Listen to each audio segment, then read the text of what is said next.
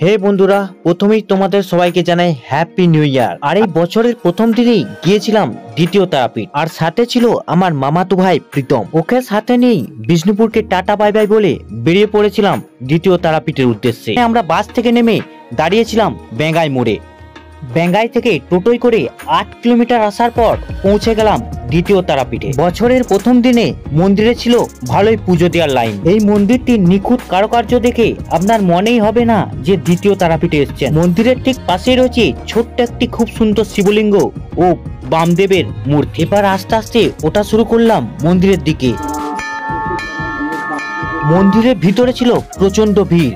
সবাই চায় নতুন বছরে মায়ের ভক্তি ভরে পুজো দিতে, তাই আমি বাইরে থেকেই খুব সুন্দরভাবে দর্শন করে নিলাম তারা মায়ের। মন্দিরের চারিপাশ দেখে বেরিয়ে পড়লাম মন্দির থেকে।